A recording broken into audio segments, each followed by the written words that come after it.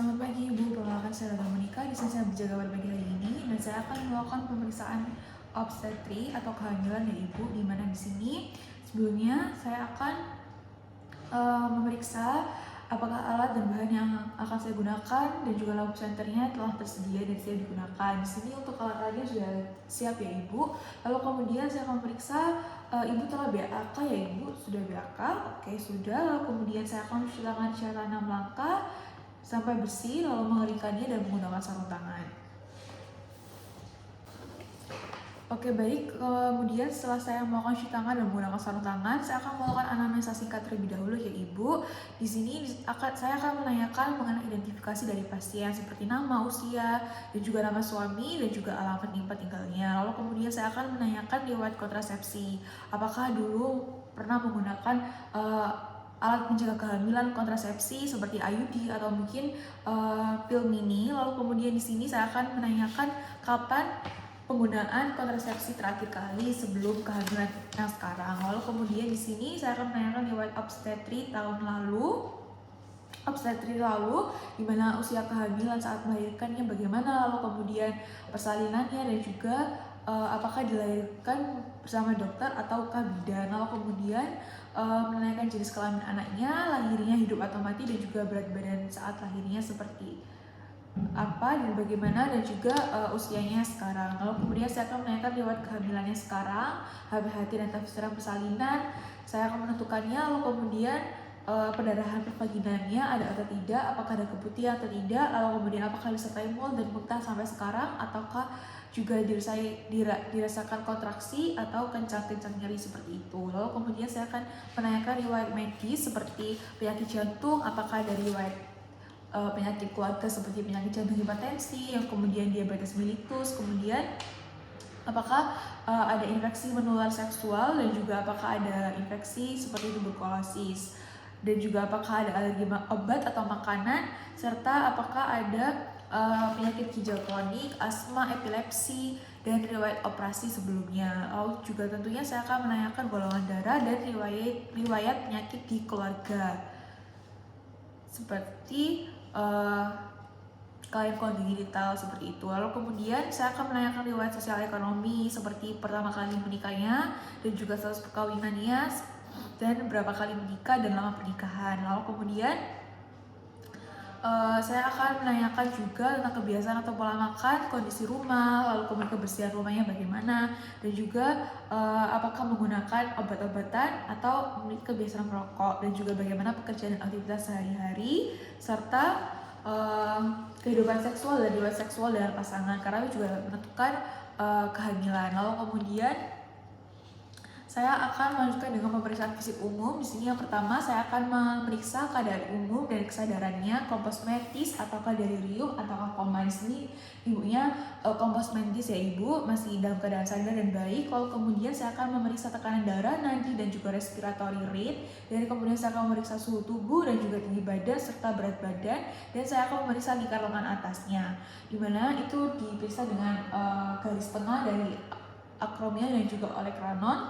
Lalu kemudian saya akan memeriksa apakah ada tanda-tanda anemis seperti konjungtivanya pucat ataukah nadinya mengikat. Di sini ibunya normal ya Ibu, dimana tidak ada tanda-tanda konjungtiva, anemis, dan juga tidak ada tanda anemis lainnya. Dan di sini pemeriksaan edema di seluruh tubuhnya semuanya normal kecuali pada kaki, dimana pada kaki ini merupakan edema yang normal pada ibu hamil ya Ibu. Di sini saya akan melanjutkan dengan pemeriksaan fisik obstetrinya. Saya akan menginspeksi dan melihat tinggi fundus uterinya. Di sini saya sudah menginspeksi dan melihat tinggi fundus uteri dan keadaan dinding perutnya tidak ada hiperpigmentasi ya Ibu, dan strienya juga ada tapi masih dalam batas normal. Lalu kemudian saya akan mempalpasi tinggi fundus uteri dan juga keadaan dinding perutnya, serta saya akan melihat apakah ada massa atau cairan dan juga apakah ada nyeri abdomen. Oke, permisi ya Ibu, saya akan mencoba mempalpasi. Apakah ada nyeri Ibu?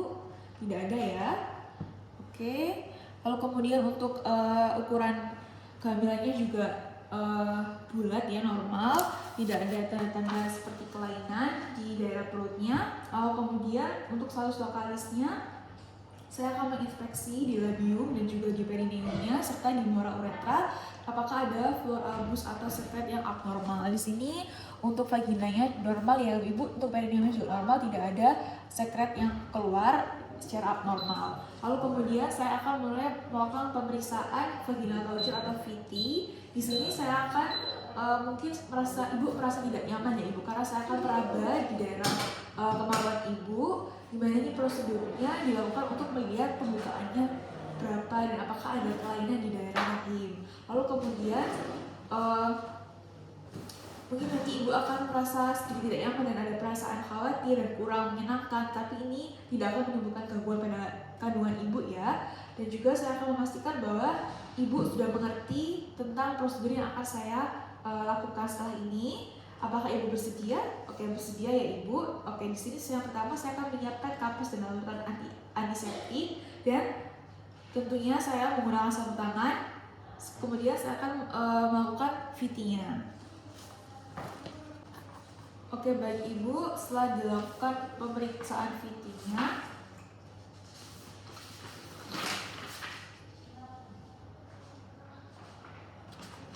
untuk hasilnya yaitu tidak ada kelainan ya ibu, dan juga teraba normal, lunak, tidak kaku. Lalu kemudian untuk pembukaannya di sini masih belum terlihat ya ibu. Lalu kemudian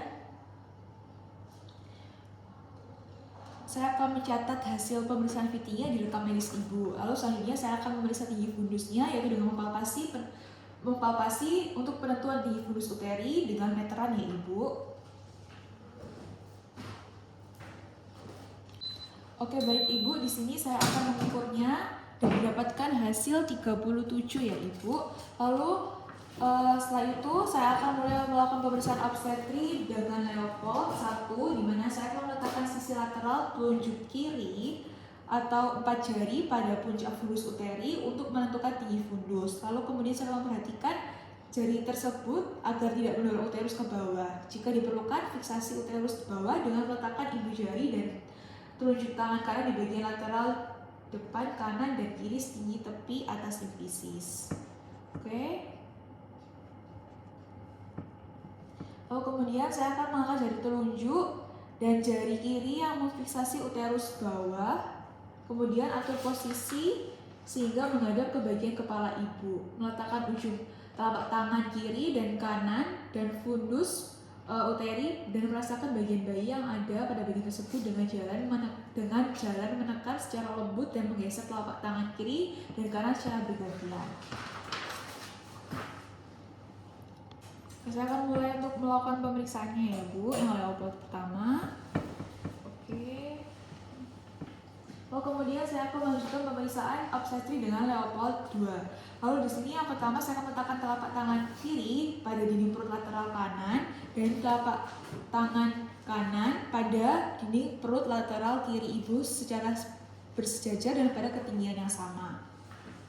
Kemudian saya akan mulai dari bagian atas dan tekan secara bergantian atau bersamaan simultan telapak tangan kiri dan kanan, kemudian geser ke arah bawah dan rasakan adanya bagian yang rata dan memanjang, yaitu punggung atau bagian SMS kecil-kecil di sini ya. Oke. Lalu kemudian saya akan lanjutkan dengan pemeriksaan obstetri dengan Leopold ketiga. Di sini saya akan mengatur posisi dengan posisinya saya berada di sebelah kanan ibu dan menghadap ke bagian wajah ibu ya. Lalu di sini kemudian saya akan meletakkan ujung telapak tangan kiri pada dinding lateral kiri bawah, dan juga kemudian saya akan meletakkan telapak kanan pada dinding lateral kanan bawah perut ibu. Seperti ini. Lalu kemudian saya akan meletakkan secara lembut dan bersamaan atau bergantian untuk menentukan bagian terbawah bayi. Bagian keras, bulat, dan hampir homogen adalah kepala, sedangkan tonjolan yang lunak dan kurang simetris itu merupakan bokong ya ibu. Oke. Sini teraba ya ibu. Untuk yang keras itu merupakan kepala dan yang lunak itu pantatnya si bayi. Lalu kemudian saya akan melakukan pemeriksaan Leopold yang keempat, di mana saya akan meletakkan ujung telapak tangan kiri dan kanan pada lateral kiri dan kanan uterus bawah. Lalu kemudian ujung jari dan tangan kiri dan kanan berada pada tepis atas simfisis. Kemudian saya akan menemukan kedua ibu jari kiri dan juga kanan, kemudian merapatkan semua jari-jari tangan yang meraba dini bagian bawah uterus dan memperhatikan sudut yang dibentuk oleh jari-jari kiri dan kanan, yaitu konvergen atau divergen. Lalu kemudian setelah itu saya akan memindahkan ibu jari dan telunjuk tangan kiri pada bagian ke bawah bayi. Bila presentasi kepala, upayakan memegang bagian kepala di dekat leher, dan bila presentasi bokong, upayakan untuk memegang di pinggang bayi. Lalu kemudian saya fiksasi bagian tersebut ke arah pintu atas panggul. Kemudian saya akan meletakkan jari-jari tangan kanan di antara tangan kiri dan simfisis untuk menilai seberapa jauh bagian di bawah telah memasuki pintu atas panggul. Jadi seperti ini ya Ibu. Oke, saya akan menentukan seberapa jauh bayi ini udah masuk ke dalam panggul Ibu. Oke. Lalu kemudian saya akan memeriksa denyut jantung janin, di mana di sini saya akan mengangkat kedua tangan dari dinding perut ibu, kemudian mengambil stetoskop monoarual dengan tangan kiri, dan kemudian saya akan menempelkan ujungnya pada dinding perut ibu yang sesuai dengan posisi punggung bayi, yaitu pada bagian yang memanjang di rata ya Ibu. Lalu kemudian saya akan menempelkan telinga kiri dan mendengarkan jantung bayi Ibu. Pindahkan titik dengan dengar apabila pada titik pertama bunyi jantung tersebut kurang jelas. Upayakan untuk mendapatkan punktum maksimum. Di sini saya akan mengambil stetoskop monoarualnya. Ibu, di sini saya akan mulai mendengarkan ya, di daerah punggung sini saya akan mulai mendengarkan apakah terdengar atau tidak. Maaf, kebalik. Kurang jelas di sini. Oke. Kemudian ketika mendengarkan dan hitung bunyi jantung bayi setiap 5 detik ya Ibu. Kemudian setiap 5 detik sebanyak 3 kali pemeriksaan dengan interval 5 detik di antara masing-masing perhitungan. Jadi nanti dihitung setiap 5 detik sebanyak 3 kali, lalu kemudian dengan interval 5 detik dan dijumlahkan hasil perhitungan 1, 2, dan 3, kemudian dikalikan dengan angka 4 untuk mendapatkan frekuensi denyut jantung bayi per menit.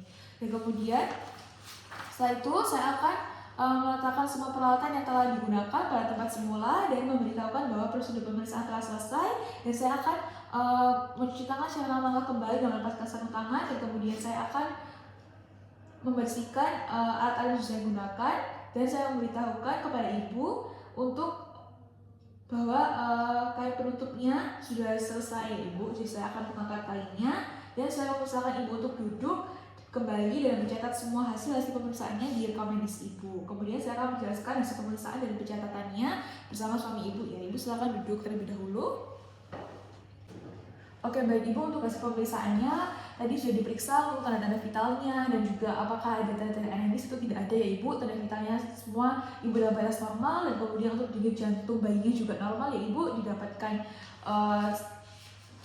120 kali per menit. Lalu kemudian untuk pemeriksaan Leopold dari 1 dan sampai 4 itu juga semuanya normal.